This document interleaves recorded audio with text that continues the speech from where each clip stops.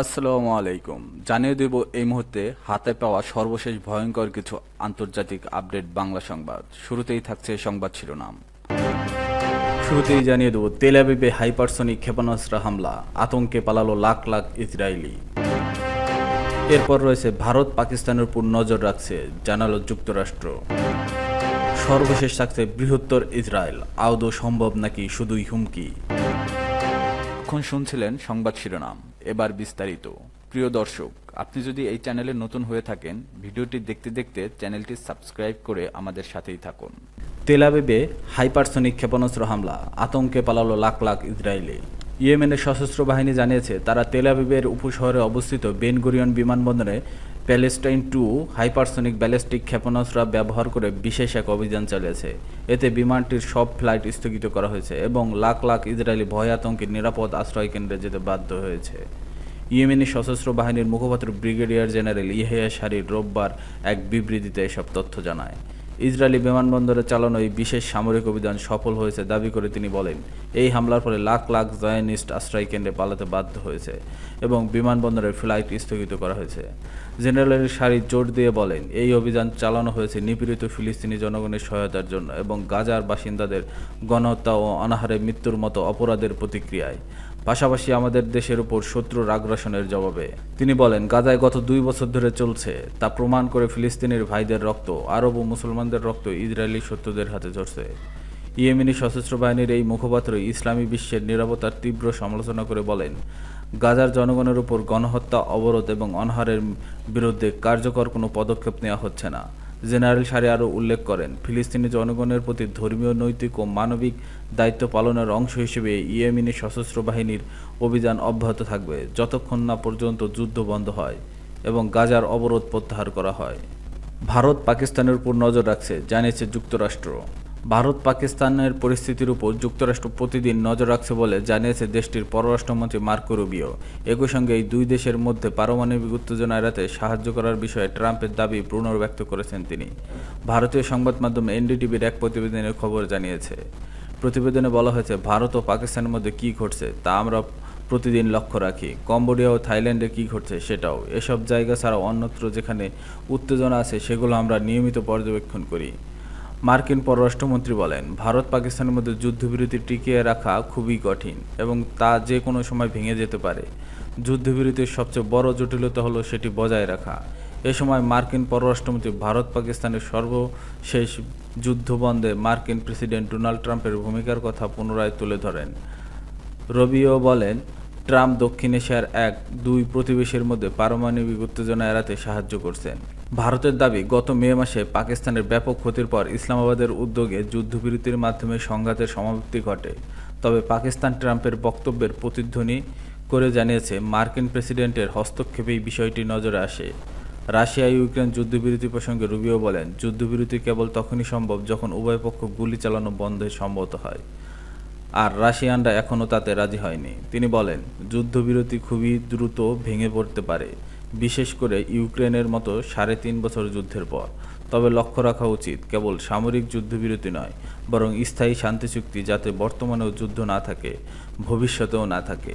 Fox বিজনেসকে দেওয়া আরেক সাক্ষাৎকারে রুবিও বলেন, আমরা সৌভাগ্যবান যে আমাদের এমন একজন প্রেসিডেন্ট আছে যিনি শান্তিকে অগ্রাধিকার দিয়েছে। কম্বোডিয়া, থাইল্যান্ডকে যেমনটা দেখা গেছে, ভারত পাকিস্তান নিয়েও আমরা তা দেখেছি।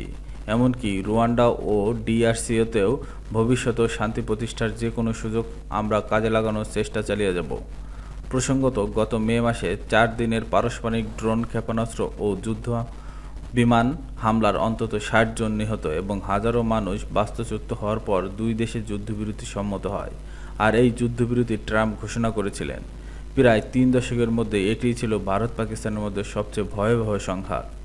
বৃহত্তর ইসরায়েল, আদৌ সম্ভব নাকি শুধু হুমকি।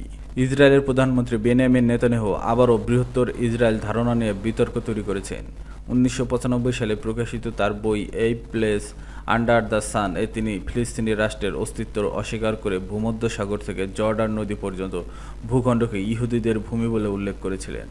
সম্প্রতি i24 নিউজে দেওয়া এক সাক্ষাৎকারে তিনি বলেন, তিনি ঐতিহাসিক ও আধ্যাত্মিক মিশনে আছেন এবং বৃহত্তর ইসরায়েলের স্বপ্নে প্রতিশ্রুতিবদ্ধ। এই মন্তব্যে আরব লীগ, ওআইসি, জিসি সহ 31টি আরব ও ইসলামী দেশ প্রতিবাদ জানায়। বৃহত্তর ইসরায়েলের ধারণা সূত্র অনেক পুরনো। 1897 সালে বাসেল কংগ্রেস থেকে শুরু করে 1917 সালে বেলফোর ঘোষণা এবং 1967 সালের আরব ইসরায়েল যুদ্ধ পর্যন্ত নানা সময় এই স্বপ্ন আলোচনায় এসেছে। ধর্মীয় বর্ণনায় নাইল থেকে ইউফ্রেটিস পর্যন্ত ভূখণ্ডকেই প্রতিশ্রুতি ভূমি বলা হয়।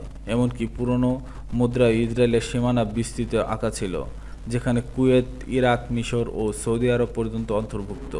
ইতিহাসবিদরা বলছেন, ইসরায়েলের পতাকার নীল দাগ কিংবা পুরনো মুদ্রাতেও এর প্রতীক পাওয়া যায়। 1970 সালের পর লিকুদ পার্টির উত্থানে এই প্রতীকী ধারণা বসতি সম্প্রসারণ এবং ফিলিস্তিনি রাষ্ট্রকে অঙ্গীকারের মাধ্যমে নীতিরূপ দেয়া।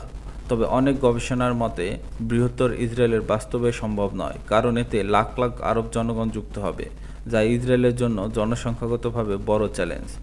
ইসরায়েলিয়ান আমেরিকান লেখক মিকো পেলেট বলেন, বৃহত্তর ইসরায়েল আসলে রাজনৈতিক স্লোগান। তার মতে আসল হুমকি হলো গাজা ও পশ্চিম তীরে ইসরায়েলের চালানো সামরিক অভিযান ও পুনঃনিয়ন্ত্রণের পরিকল্পনা। পাকিস্তানের বন্যা পরিস্থিতি আরও অবনতি, নিহত কমপক্ষে 500। ভয়াবহ বন্যায় বিপর্যস্ত পাকিস্তানের খাইবার পাখতুনখোয়া প্রদেশ। পানির তোড়ে প্রায় নিশ্চিহ্ন বনের এলাকায় বেসন্ত্রী গ্রাম, যেখানে মৃতের সংখ্যা এতটাই বেশি যে দাফনে সামিল হওয়ার মতো লোকও খুঁজে পাওয়া যাচ্ছে না। ক্ষতিগ্রস্ত মানুষের সহায়তায় কাজ করছে পাকিস্তানের বিভিন্ন এলাকার উদ্ধারকারী দল। সংবাদ মাধ্যম সিএনএনের এক প্রতিবেদনে এ খবর জানানো হয়। জুন থেকে শুরু হওয়া বন্যার দেশটিতে অন্তত 500 জন মানুষ প্রাণ হারিয়েছেন, যার মধ্যে অর্ধেকেরই শিশু। পাকিস্তানের জাতীয় দুর্যোগ ব্যবস্থাপনা কর্তৃপক্ষ জানিয়েছে, অধিকাংশ মানুষের মৃত্যু হয়েছে বাড়িঘরে ধসের ফলে। যারা বেঁচে আছেন তারা এখনও মারাত্মকভাবে পানিবাহিত রোগে ভুগছেন। 25 কোটি মানুষের আবাসস্থল পাকিস্তান বিশ্বের মধ্যে জলবায়ু প্রভাবে ক্ষতিগ্রস্ত দেশগুলোর একটি।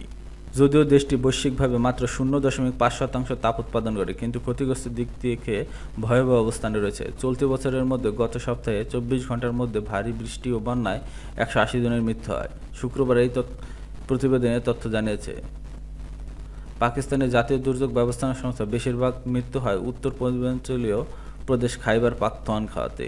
পাকিস্তানি নয়, ভারত শাসিত কাশ্মীরেও বন্যায় তাণ্ডব চলছে। হিমালয়ের শহর চাষতিতে কমপক্ষে 46 জন নিহত হয়েছে এবং 200-এর বেশি মানুষ নিখোঁজ হয়েছে।